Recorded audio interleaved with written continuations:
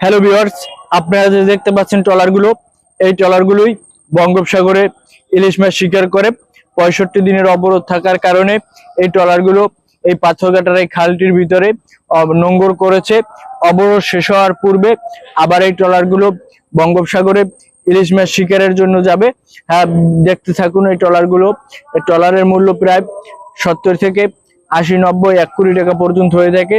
এই ট্রলারে যদি ভালো মাছ পায় তাহলে 40 লাখ, 20 লাখ, 30 লাখ এরকম বিক্রি করতে পারে ইলিশ মাছ। এই ট্রলারে হয়তো মাঝি মাল্লা থাকে প্রায় 17 থেকে 18 জন, এবং ট্রলারে বিভিন্ন রকম আসবাবপত্র রয়েছে। যেমন ওখানে বসে আপনার এই ট্রলারটি কন্ট্রোল করে, চুকান রয়েছে, ওখানে মাঝি থাকে ট্রলারের। মাঝি এই ট্রলারটি নিয়ন্ত্রণ করেন যিনি।